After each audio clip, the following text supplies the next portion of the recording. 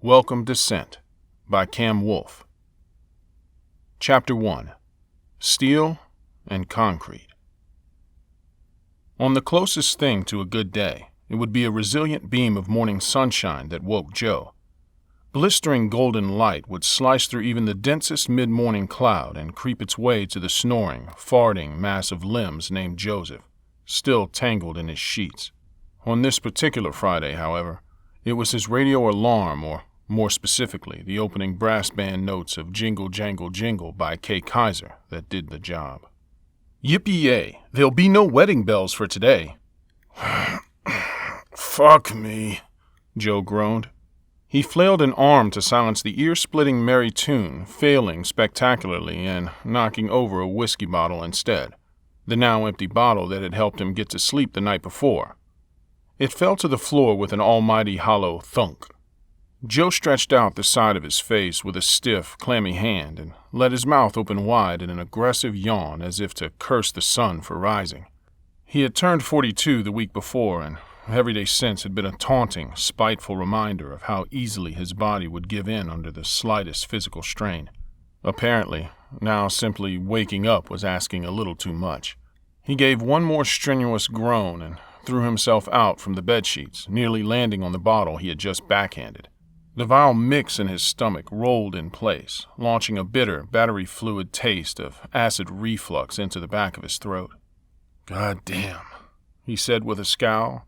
He ran a hand through the thinning pale hair of his temple and stepped up to the floor-to-ceiling window, stretching his arms out at unnatural angles. It was a shitty day, to say the least.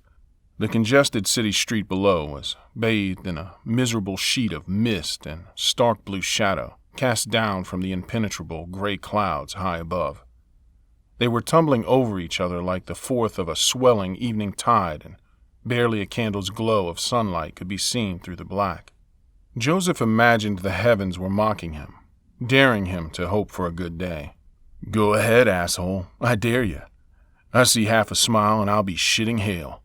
All the pedestrians and cars 11 stories below were dulled in detail and volume, sealed away behind that magnificent 2-inch glass.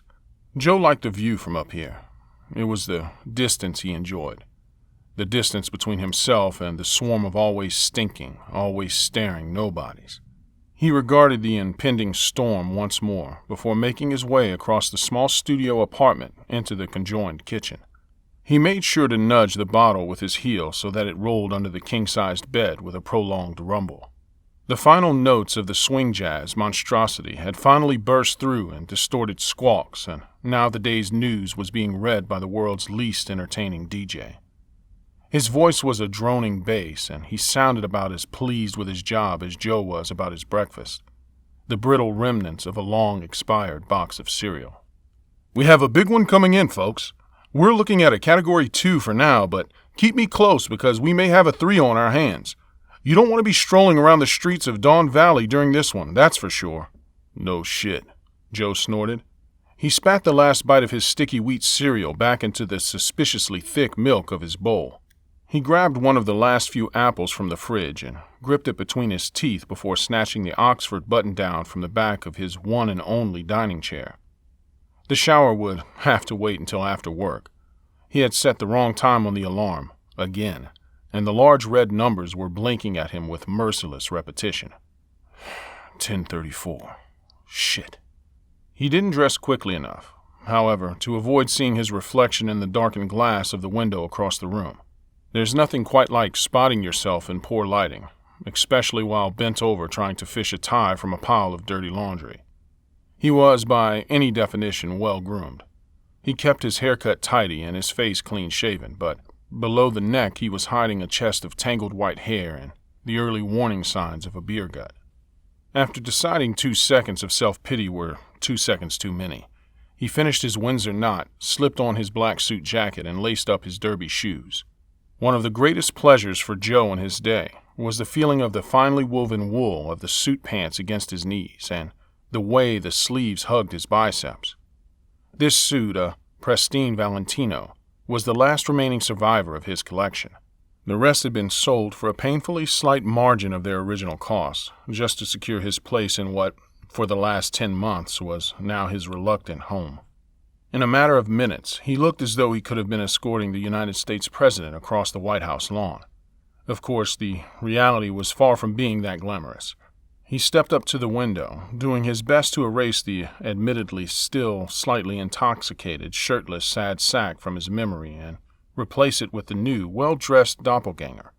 It was while adjusting his tie a third time that something smacked the glass with such force that it rattled the frame. It happened so quickly that Joe might have thought he had imagined it, had the sound not thrown him back and left what looked like a crack the size of a thumbnail on the other side of the glass. "What the fuck?" he snapped, stumbling to his feet again. He stepped up to the window and pressed his slightly crooked nose against the cold glass. Through the gloom outside, he could see the lifeless body of a crow being carried down to the traffic in a strong wind. It left a trail of small, black feathers on the breeze until it vanished amongst the blur of motion below with one last macabre yet strangely elegant pinwheel. He had seen a few birds hit the building before, but they were usually small house sparrows or pigeons. Never a crow. Poor bastard. Almost as quickly as it had happened, it was forgotten, and Joe was pocketing his keys and wallet at the door. This was his least favorite part of the day, opening the door and stepping into the hallway to leave for work. There were at least 6 hours and numerous social interactions between that door closing behind him and it opening in front of him once again. 6 long hours before his home would be welcoming him back with a short glass of Glenfiddich and an episode of Cheers. Like plunging into icy waters, Joe took a deep breath and wrenched it open. "Buenos dias, Joseph. How do you do?" Damn it. It was as if the old man had been waiting for him. "Morning, Javier. How's it going?" Joe made to walk past the elderly man, hoping this would convey a sense of urgency. It, of course, had no effect on Javier. Despite holding 2 large bags of groceries, he grabbed Joe's arm and stopped the much larger man in his tracks. Son of a bitch. Joe hated that. If it weren't for the guy's age, he probably would have given his neighbor a good shove. Javier was a friendly man, but therein lay the problem. He had an enduring toothy grin, exacerbated by the ocean of creases that curved around the corners of his mouth and across his olive-tanned forehead. Seeing this man beaming up at him almost daily did nothing but remind Joe of the dim-witted joy he was a stranger to. "You make sure to stock up today, hermano. I'll be a fool if this storm doesn't keep us home for a few days at least." "Will do," Joe replied stiffly, faking a smile and gently yanking his elbow from the old man's astonishingly firm grip. "You have yourself a good day, buddy." Joe didn't know what hermano meant, but it was only one of the many strange things Javier had called him since his first day in the building. All he knew about Javier in return was that the old man had come over from Madrid more than 30 years ago after doing a few tours in the Spanish infantry. Was it Madrid? Maybe Malaga. Who cares? "Oh, I will. My grandson has sent me the El Chavo de Ocho box set. You should treat yourself to a viewing, Joseph. Fantastic show." Javier chuckled to himself and stared off whimsically into the distance, dismissing the younger man with a weak slap on the shoulder. Joe couldn't help but wonder how Javier had made it out the front door in this wind without being blown down the street like a dry leaf. The elevator ride was delightfully silent, and Joe soaked up every second of it. He leaned his head against the glass-paneled wall and silently prayed that the drowsiness and hunger would drain from his body before the dreaded ding signaled his arrival at the ground floor. The generous helping of whiskey from the night before had left its familiar mark on him in the form of a pulsing ache in his temples. Each throb warped the mechanical whir of the elevator as it descended. He felt a little guilty for giving Javier so much attitude, but only a little. In retrospect, he imagined that the old man hadn't even noticed. Ding! Joe dragged his feet from the starchy red carpet of the elevator to the reflective tiles of the building's lobby and sidestepped to pass a short Indian woman in nurse's scrubs. She looked twice as tired as he did, a truly high, booze-soaked bar. She must have just finished a long shift, and this only earned her a hushed deference from Joe. Her blank turquoise eyes stared past him and into the back wall of the metal chamber that would take her up to bed. Bed and the erotic audiobook she had been thinking about for the last 15 hours, or So Joe imagined. Joseph marched across the spacious lobby, feeling more awake with each step. Every fall of his feet against the marble floor sent the blood charging through his legs and into his groin. Despite the shabby state of his own apartment, the rest of the Royal Dawn was quite impressive. The walls and floors were a polished eggshell white, and the roof arched into a net of pale stone with gold trim. It all culminated in a tremendous, winding branch of gold chains that held a crystal chandelier high above. The gems threw spikes of prism light across the floor in a halo. "Morning, Mr. Ridley. Just wake up, did you?" Joe blinked dumbly at the young man behind the reception counter and replied with a dismissive grunt. "Jesus Christ," snorted the teenager before exhaling dramatically. "You look like shit, Joseph." "Piss off, kid. I'm nursing a migraine." "Yeah, migraine. Sure," he replied, rolling his eyes. The young man stepped over to Joseph and thrust a large paper coffee cup into his hands. "Take this. The dipshits at Cafe Olay put in too much sugar, and you clearly need it more than me." "I don't need your charity, Dewan," Joe growled. He regarded the teenager through a squint, but sipped the lukewarm coffee all the same. He clearly remembered the moment that he had first met Dewan. It was 2 months into living at the Royal Dawn, and he had woken at some ungodly hour to the roaring of his drunk, dead-shit neighbor. The miserable bastard was howling about how badly he wanted to beat the fear of God into the fruity, new black concierge because he would not let him smoke in the stairwell. The fat asshole's choice of words might have been a bit more archaic than that. Once Joe had made peace with the fact that he would not be getting back to sleep, he made his way downstairs in the hope of fetching a donut from the 7-Eleven. He had found the young man talking to Rick, the disgustingly tall security guard, at quite an intimate distance. Once Rick had marched off, with the floor quaking beneath his feet, although that might have just been Joe's hangover, Dewan turned from watching the giant's rolling glutes to Joe. The teen's lips had curled into a cheeky smile.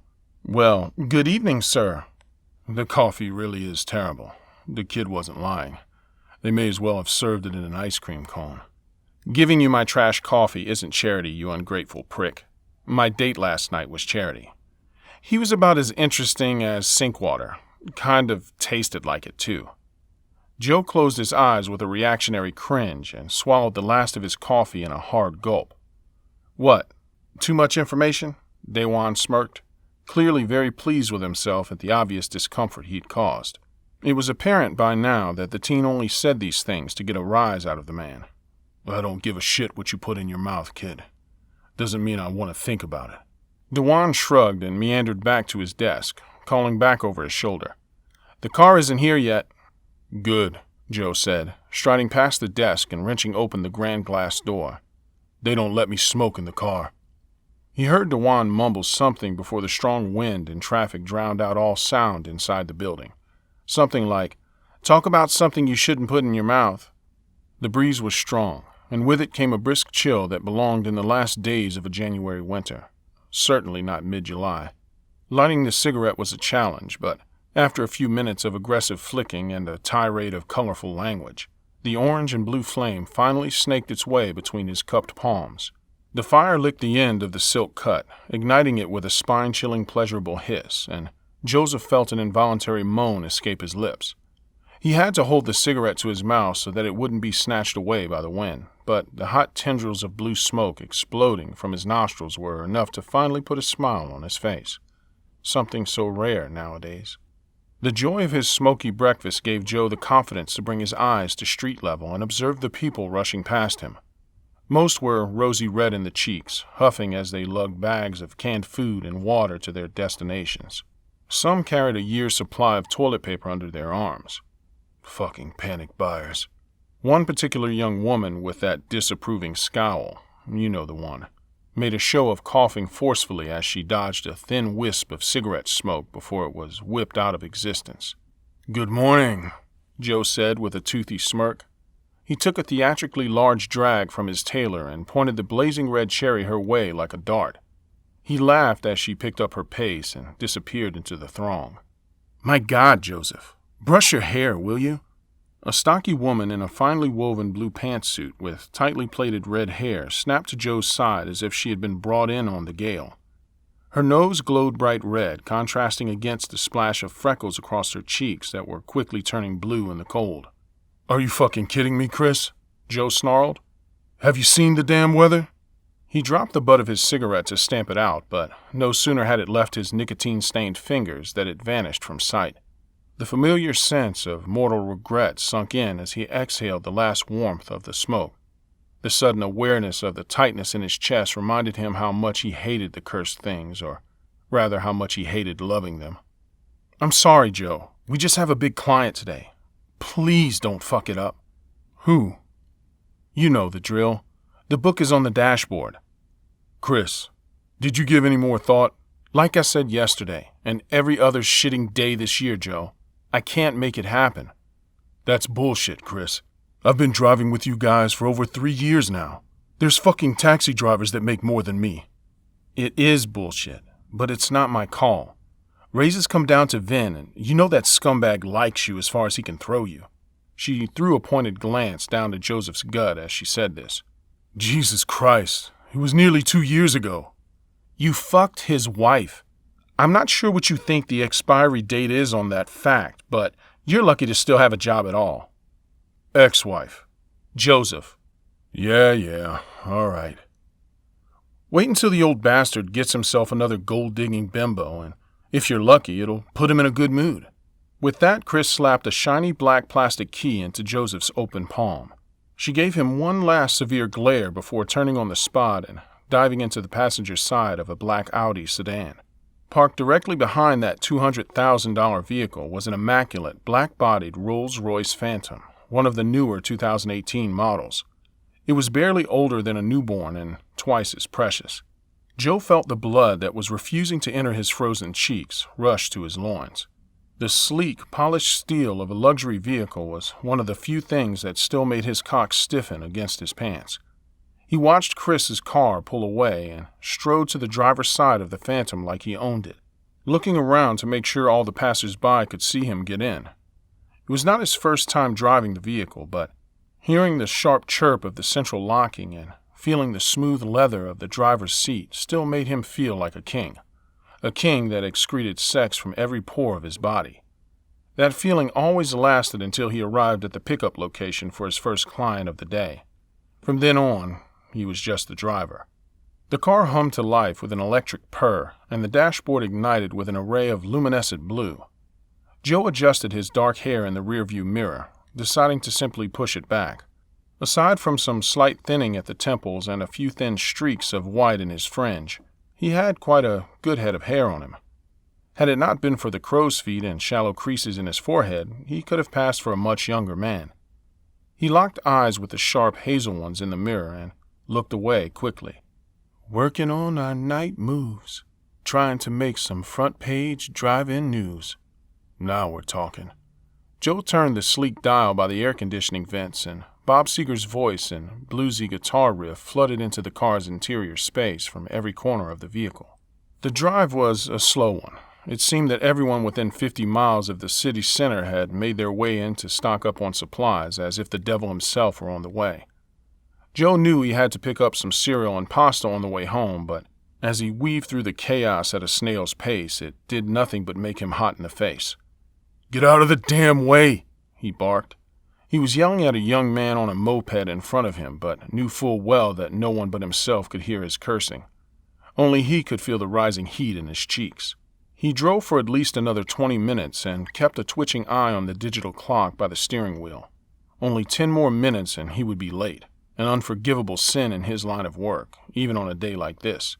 Especially on a day like this. Joe slammed the brakes as he found himself at yet another pedestrian crossing. His heart beat at his chest as he resisted the urge to headbutt the dashboard. City-goers hustled from left to right to left in front of his car, some of them taking a moment to eye the luxury vehicle on their way past. "Come on! Please! Please!"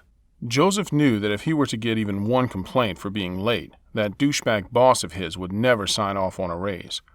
A raise he was finding himself in more and more desperate need of with each passing day. He had more money in his pocket than he did in his bank account at the moment, and most of that was coins. Hopefully there was enough there to grab a slice of pie for lunch, but Likely not. He raised his face from a sweaty hand and looked out at the stranger shuffling across the road at an agonizingly slow speed. It was a young woman, probably 20-something, dark hair, ample figure squeezed into a slim white button-down, the whole deal. She looked like she was on her way to some corporate job, but there was something odd about her walk. Her feet shot forward in jilted, precise steps, and her arms stayed straight by her sides. She wasn't looking down at a phone or avoiding eye contact with passers-by like everyone else. She was just staring straight ahead. What the hell is this girl on?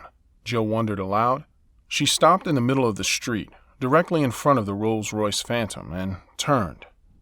A chill ran down Joseph's spine, and goosebumps rose on his skin as he found himself staring into the girl's face.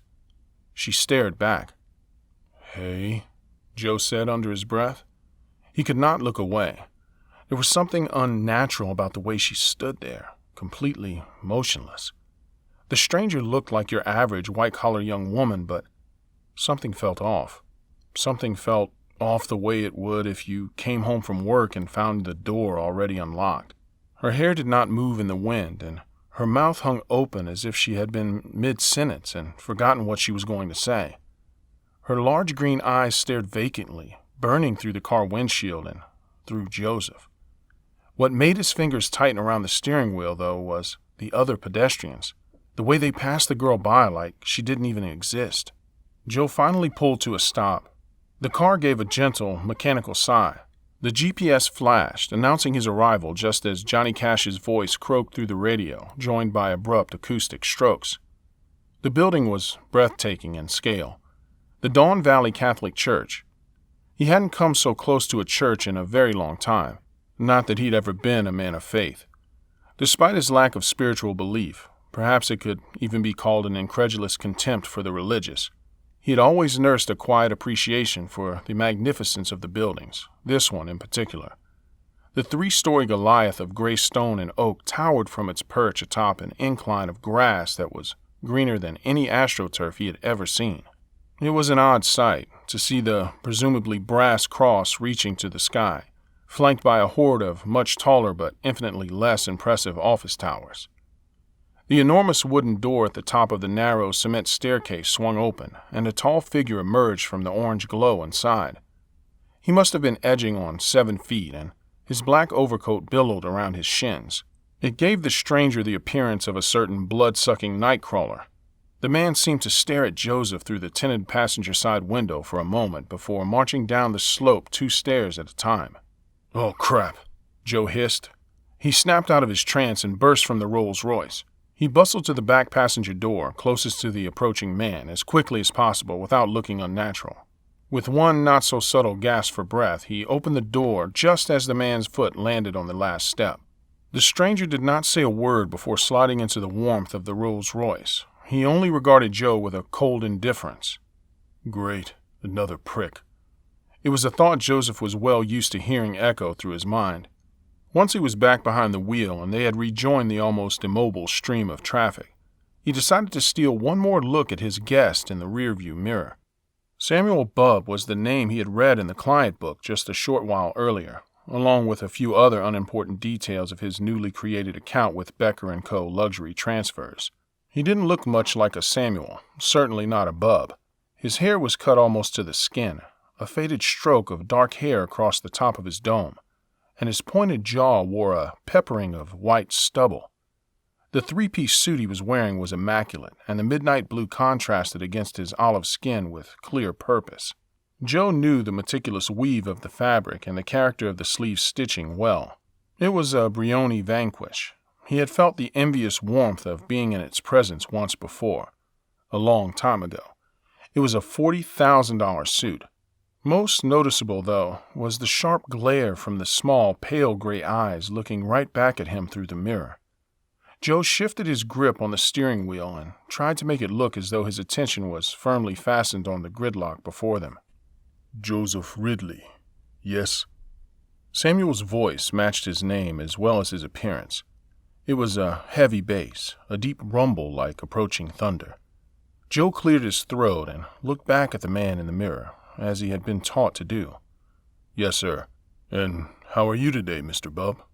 Splendid, thank you, Joseph. I enjoy nothing more than a good storm, don't you? As a man who drives for a living, I'm not sure I can agree with you there, Mr. Bub. This earned him the subtle curve of a smile from the man. I imagine some may feel humbled by a storm like this. So much raw, uncontrollable power sweeping over our fine city. What are we to something like that? Samuel never looked away. Every time Joe looked back to the mirror, he was met by those piercing eyes, housed in shadowed lines that made the man's brows droop. He was 20 years Joseph's senior, at least, and there was a blistering intensity in how he paused before each sentence. I must admit, I enjoy the way the rain and thunder drown out the other noise.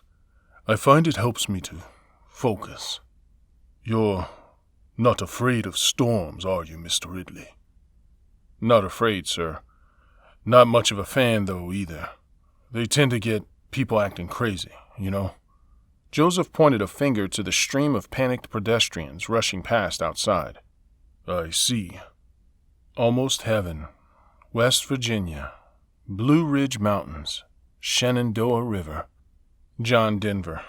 God, Joe hated John fucking Denver. Ah, I do like this one, Samuel said, tapping his knee in time to the plucking notes of the guitar. Would you mind? As much as it pained him, Joe turned the volume dial a little more, and the music swelled as the chorus set in. Country roads, take me home, to the place I belong. The traffic was still moving in short, rolling bursts, but Samuel didn't seem to mind. Are you married, Joseph? I was, sir. What was your partner's name? Joe hesitated. Pamela. Pam. Samuel gave the courtesy of a long moment's silence before continuing his inquisition. You have a child? A son. Marcus. Another pause, so uncomfortable that Joe couldn't help but find himself focusing on the music. It's a strange thing to have a child, Samuel mused, still staring. They bring the miracle of life, and yet it can feel that they also bring an end to the life we knew. They bring purpose, and yet it can feel that they also bring an abrupt end to all other purpose. What the hell is he talking about? Joe wished it were Pam or Marcus riding with him, and not this strange, terrifying man. Do you have any children, sir? I also have a son, although he has long since left my nest. Colleague? No. Silence. Do you believe in karmic retribution, Joseph? I'm sorry, sir?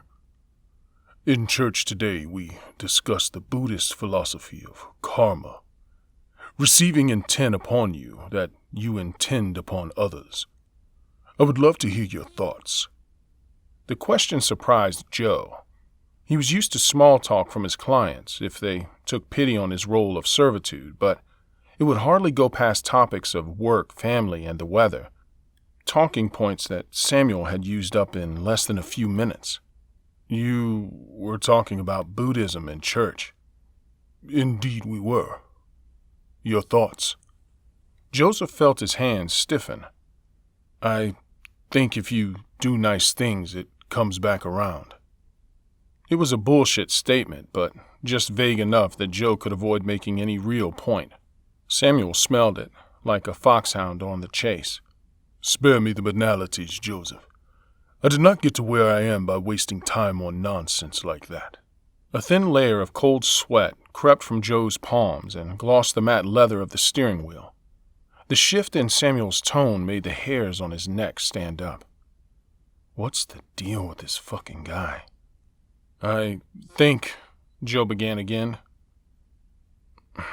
life will shit on you from a very great height.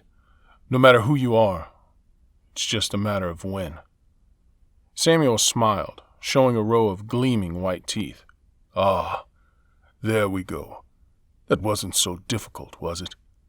Honesty, no matter how troubling, is a sign of respect too commonly dismissed." The man shifted in his seat slightly and linked his hands over one of his knees, still searching for Joe's eyes in the mirror. "It would seem to me that the more people you harm out of cruelty or indifference, the more people there are to wish ill will back upon you.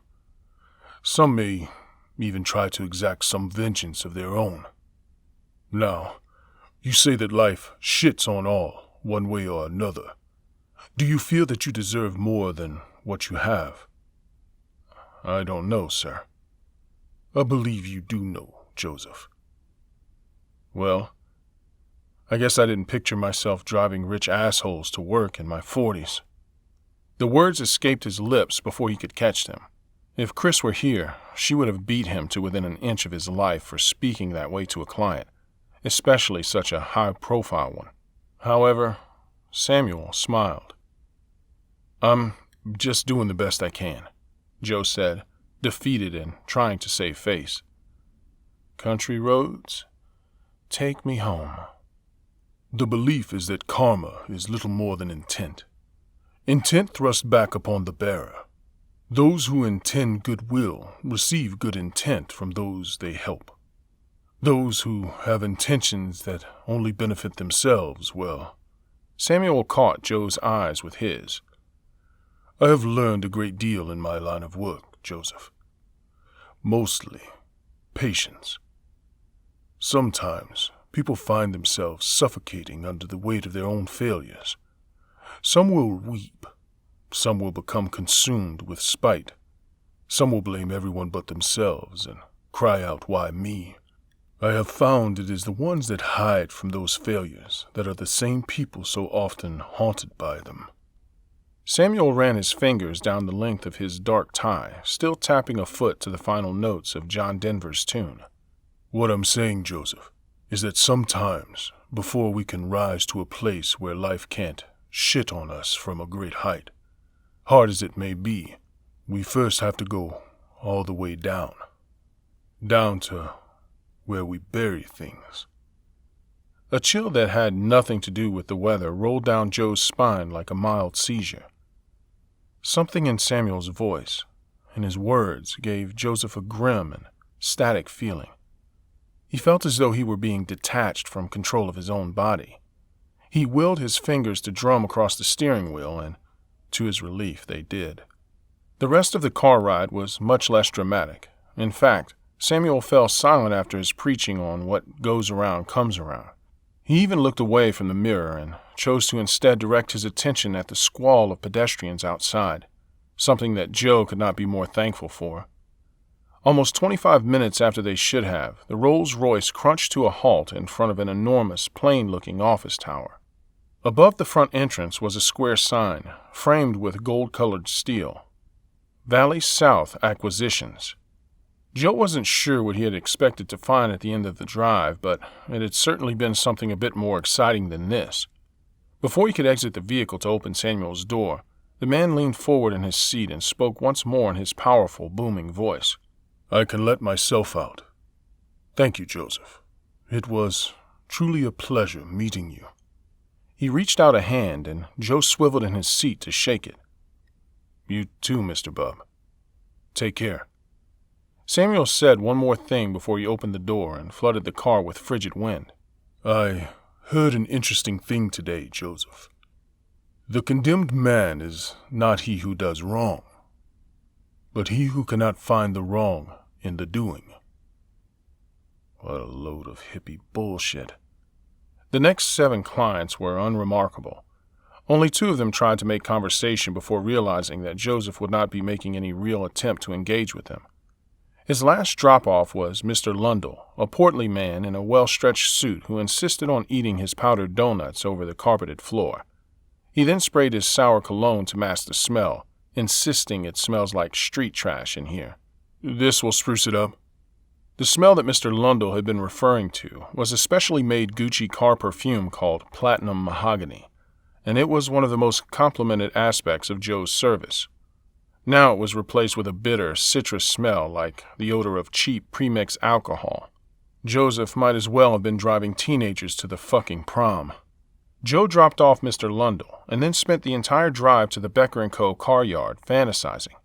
He imagined smashing that fat fuck's skull through the passenger window for leaving the interior in such a state. The satisfying crunch of bone and glass replayed in his mind over and over. His blood boiled at the sight of the clouds of sugar coating the floor like snow. Not only because he knew Chris would make him vacuum the interior before going home, but because such disrespect with fine things was a sin in his books. Had it been his car and not his boss's, he just might have tried to find the man's throat beneath the folds of blotched flesh to choke him out. Once the anger subsided, he felt a familiar, uneasy vibration crawl down his spine, and Samuel's voice jumped to the forefront again. Down to where we bury things. Long-hidden memories groaned from beyond the layers of drunken haze. Memories that beckoned and clawed, threatening to drag him down. Joseph reached down and unmuted the radio again. Mr. Lundell had also asked for complete silence, clearly untroubled by his driver having to listen to his moist chewing and wet gulps as he finished his lunch. Some old swing jazz was playing, nothing Joe was familiar with, but it was just chaotic enough to keep his mind off the thoughts he felt creeping up. He gave him a sick and guttural dread when he felt the shadow of his past drawing close. Some memories were a nostalgic and comforting guilty pleasure. His endless rows of expensive suits, the embracing rumble of his Maserati Gran Turismo, Pam's perfectly smooth breasts illuminated by their skylight. But dwelling on the past was never worth the risk. Can you pay? Joseph stared up at the wiry bus driver, eyebrows raised. Pay? That's what this is for, isn't it? He waved his transport card left to right, his cheeks becoming hot again. Machine's down. You have to pay. The machine's down, and it's my problem? The bus driver leaned across the armrest, staring up at Joseph with a severe burning intensity. Truth be told, Joseph couldn't be sure whether he was speaking to a man or a woman. The skin hung loose on the driver's bones, creased with age from forehead to withered hands. Every part of this person looked too ancient to be operating heavy machinery, least of all a people container. If you want to travel, you pay. God damn it, give me a break already, Joe said. He fished through his pockets, withdrawing what few remnants of silver and gold he could find. He slapped them down on the bus driver's tray and stormed off, his face carved in a scowl. This will do, said the driver, the voice a gravelly croak.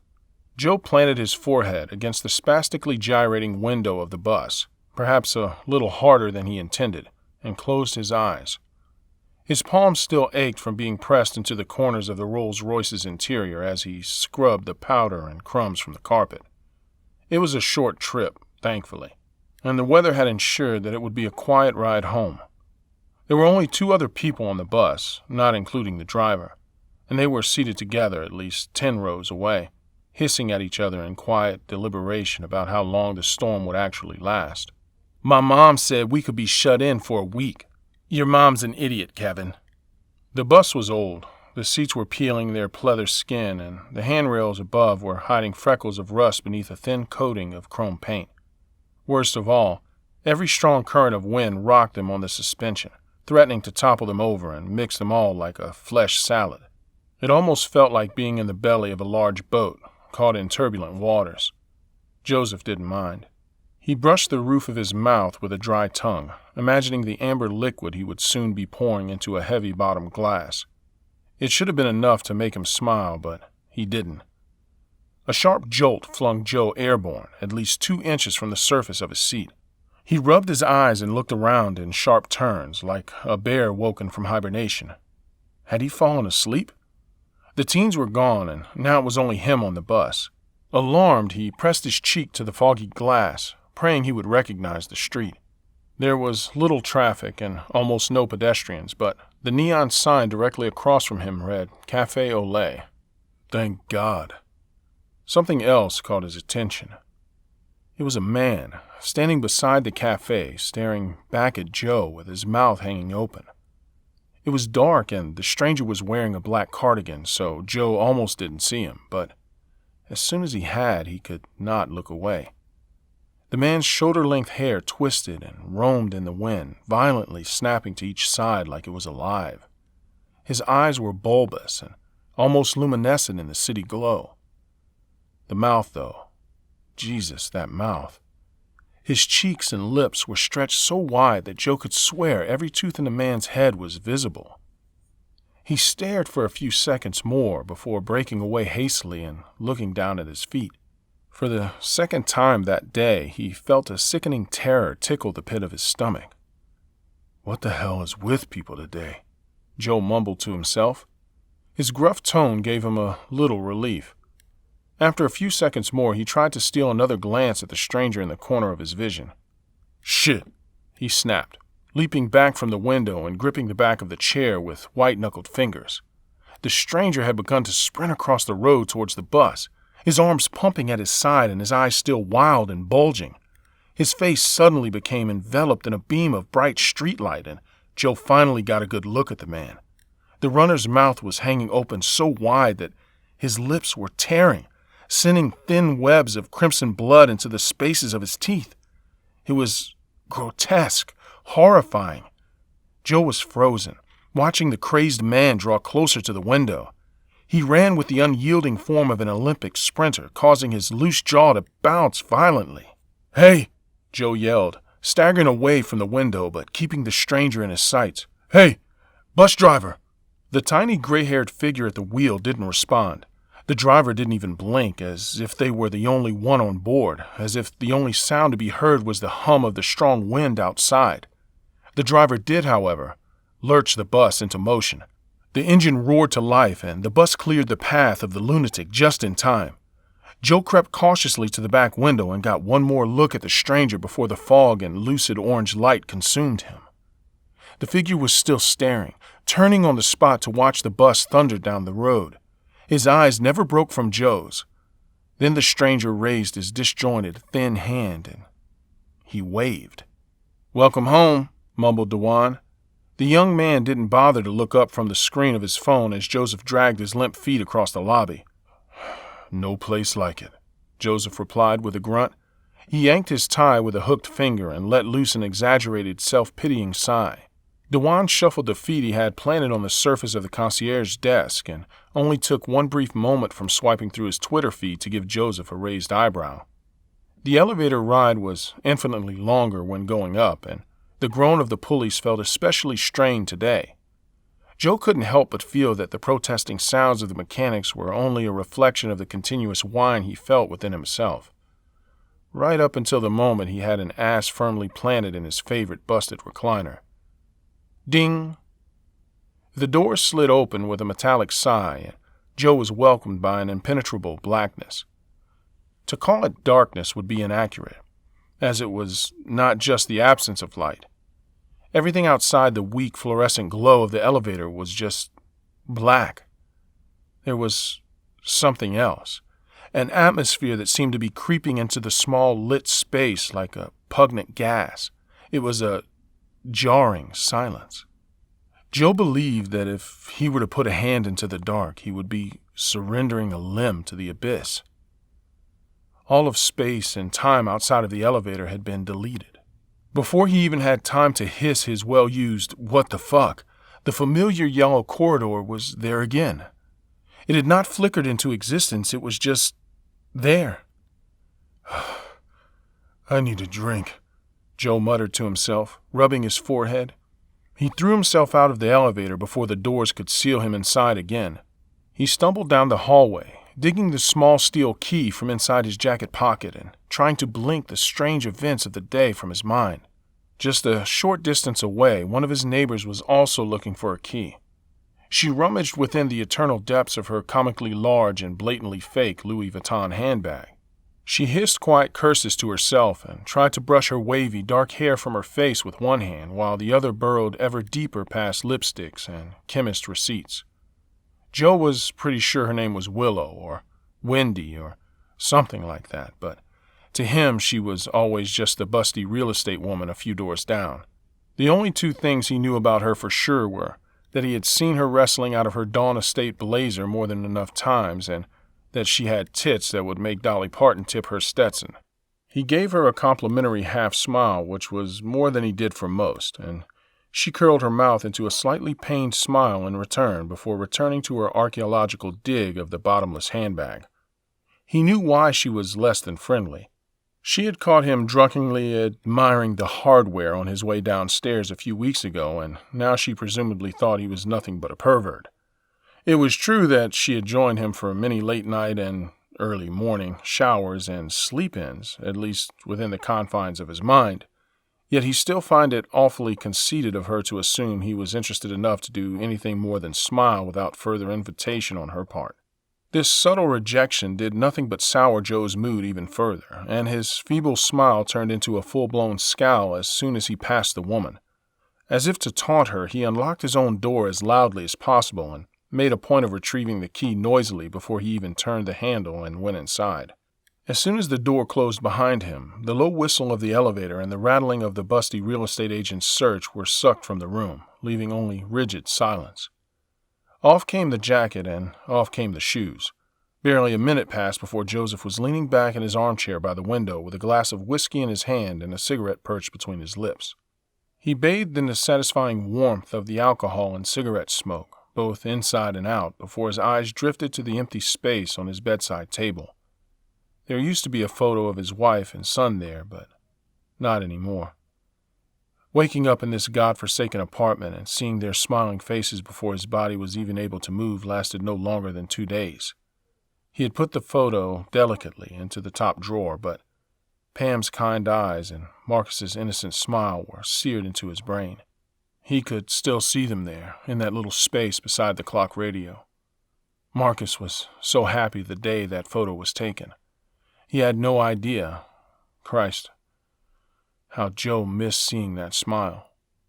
"My son, my beautiful boy," Joe said softly, his chin drooping lower to his chest. The smile stretched from ear to ear. So much joy. Lips torn, blood glazing his teeth. Still, the boy smiled. Why? Pam's kind eyes, always so sincere. Now there were bulging webs of broken blood cells speckling the white with dark, sickening crimson. Why? What did you do, Joseph? What did I do? God, why? I imagine some may feel humbled by a storm like this. So much raw, uncontrollable power sweeping over our fine city. What are we to something like that? It was still dark, so incredibly dark when Joe felt his eyes open. The shadowed shapes of his apartment furniture swam into view as if they floated in from a mirage. He couldn't be sure he had woken up, or if perhaps he had never been asleep to begin with. He was simply there, on his bed, on his back, staring at the pale figure in the corner. The stranger said nothing. It stood with its inhumanly skeletal back to him, and its face resting against the door. Joseph was afraid. The terror had pinned every molecule of his body in place, but there was no warning tingle of danger bristling the hair on his neck. What scared Joseph the most was that he felt if he were to look away for even a moment, he would forget the figure had been there at all. The thin person made a slight groan from its place in the corner, a guttural, gurgled sound that grew in volume until it was a pained squeal. "Why are you here?" The words left Joseph's tongue without so much as a thought. He was surprised mostly by how calm he sounded. He had noticed now, by what faint light the window provided, that the figure was naked. It was bare from the back of its almost hairless skull to the practically translucent, claw-like feet. The skin over the figure's buttocks looked so thin and frail that under a warm enough light you could surely watch the veins and muscles do their work in nauseating detail. The figure simply moaned again, rolling its body slightly and showing the motion of every bone pressed against the skin. It was as if it was trying to face Joseph, but it was impossible to tell in the dark. Something strange and unfamiliar inside Joe's fogged mind compelled him to help the stranger. With a wet crack, the figure's head spun to look at Joe, much more quickly than its emaciated body should have allowed. Now came the warning tingle. Now the hairs on Joe's neck bristled to attention. The figure was a man, a sickly, horrifying man. Joseph knew this not by the stubble on the stranger's bloated and vascular throat, nor by the shriveled penis retracted in on itself as if in a cold wind. He simply knew. Crunch. The figure lurched towards the bed, every joint in both of his legs grinding over each other. Crunch.